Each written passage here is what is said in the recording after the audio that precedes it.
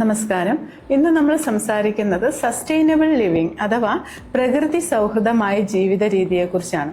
Sustainable living എന്നുകൊണ്ട് ഉദ്ദേശിക്കുന്നത് നമ്മൾ ഉപയോഗിക്കുന്ന ഓരോ വസ്തുവും കെട്ടിടവും നമ്മുടെ ജീവിത രീതിയും പ്രകൃതിക്ക് ഹാനികരമാകാത്ത രീതിയിൽ വരും തലമുറയ്ക്ക് തുടർച്ചയായി ഉപയോഗിക്കാൻ പറ്റുന്ന രീതിയിൽ ഉപയോഗിക്കുക എന്നതാണ്. അതായത് ഉപയോഗിക്കുമ്പോൾ സംരക്ഷിക്കുക എന്നതാണ് അതുകൊണ്ട് ഉദ്ദേശിക്കുന്നത്. അപ്പോൾ നിങ്ങൾ വിചാരിക്കും ഇത് എങ്ങനെ റിയൽ എസ്റ്റേറ്റിനെ എങ്ങനെ ബാധിക്കുന്നു എന്നുള്ളത്. ഇന്നത്തെ ബിൽഡിങ്ങുകളെ നോക്കിയാൽ അറിയാം, അതൊരു വെറും ഒരു കോൺക്രീറ്റ് സ്ട്രക്ചർ മാത്രമല്ല, അത് എത്ര എനർജി എഫിഷ്യൻ്റ് ആണ്, എത്ര വെള്ളം ലാഭിക്കുന്നു, എത്ര പ്രകൃതി ദീർഘമാണ് എന്നതിനെ ആശ്രയിച്ചാണ് എന്നത് അതിൽ ഉൾപ്പെടുത്തിയിട്ടുണ്ട്.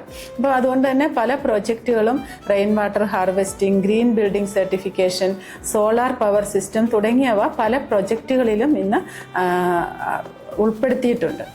റൂഫ് ടോപ്പ് സോളാർ പാനൽ സ്ഥാപിക്കുന്നതിലൂടെ കെട്ടിടം തന്നെ തൻ്റെതായ വൈദ്യുതി ഉൽപ്പാദിപ്പിക്കും. അതിലൂടെ വൈദ്യുതി ബില്ല് കുറയുകയും കാർബൺ എമിഷൻ റെഡ്യൂസ് ചെയ്യുകയും ചെയ്യും. അതുപോലെ റെയിൻ വാട്ടർ ഹാർവെസ്റ്റിംഗ് ഇപ്പോൾ പല പ്രൊജക്റ്റുകളിലും സ്വന്തമായി റെയിൻ വാട്ടർ ഹാർവെസ്റ്റിംഗ് സ്ഥാപിക്കുന്നുണ്ട്. അതായത് മഴവെള്ളം ശേഖരിച്ച് അത് ശുദ്ധി ചെയ്ത് ക്ലീനിങ്ങും ഫ്ലഷ് ടാങ്കും ഗാർഡനിങ്ങിനൊക്കെ ആയിട്ട് ഉപയോഗിക്കും. ഇത് വെള്ളം കിട്ടാൻ ബുദ്ധിമുട്ടുള്ള ഏരിയകളിലൊക്കെ ഇത് വളരെ ഉപകാരപ്രദമാണ്.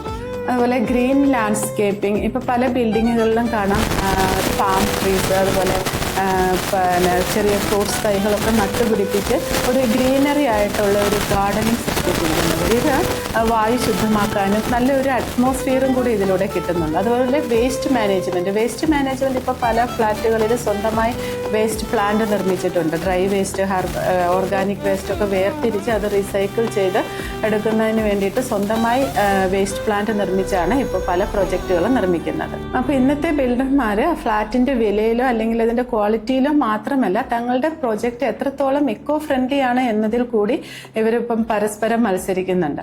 അപ്പം ഇങ്ങനെയുള്ള എക്കോ ഫ്രണ്ട്ലി ഫ്ലാറ്റുകൾ വാങ്ങുന്നവർക്കുള്ള ഗുണം എന്താണെന്ന് വെച്ചാൽ വൈദ്യുതി ബില്ല് ലാഭിക്കാം, അതുപോലെ വെള്ളം കുറവായാലും സുഖമായിട്ട് ജീവിക്കാം, വീടിൻ്റെ വാല്യൂ കൂടും. അപ്പോൾ ഇത് എക്കോ ഫ്രണ്ട്ലി മാത്രമല്ല, എക്കണോമിക്കലി ഫ്രണ്ട്ലി കൂടിയാണ് ഇങ്ങനെയുള്ള പ്രോജക്റ്റുകൾ വാങ്ങിക്കുന്നത്. 2025 ശേഷമുള്ള കാലങ്ങളിൽ, ഇനി 2030 ആകുമ്പോഴത്തേക്കും ഈ ഗ്രീൻ ഹൗസ് എന്ന് പറയുന്നത് ഒരു നിർബന്ധമായ ഒരു മാനദണ്ഡമാകാൻ സാധ്യത ഏറെയാണ്. അപ്പം സർക്കാരും ഇതിനെ പ്രോത്സാഹിപ്പിക്കുന്നുണ്ട്. Tax benefits, approvals, fast track clearance ഒക്കെ വഴി സർക്കാരും ഇതിന് നല്ലൊരു വഴി തെളിച്ചു കൊടുക്കുന്നുണ്ട്. അപ്പം നമ്മളൊരു ഫ്ലാറ്റ് അല്ലെങ്കിൽ നമ്മളൊരു വീട് കെട്ടിപ്പടുക്കുമ്പോൾ, ഒരു കെട്ടിടമൊക്കെ ഉണ്ടാക്കുമ്പോൾ അത് നമ്മുടെ ജീവിത ശൈലിക്ക് മാത്രം ഉതകുന്നതാകാതെ ഭൂമിക്കും കൂടി ഉപയോഗപ്രദമാണോ എന്നുള്ളത് ചിന്തിച്ച് വേണം ചെയ്യാനായിട്ട്.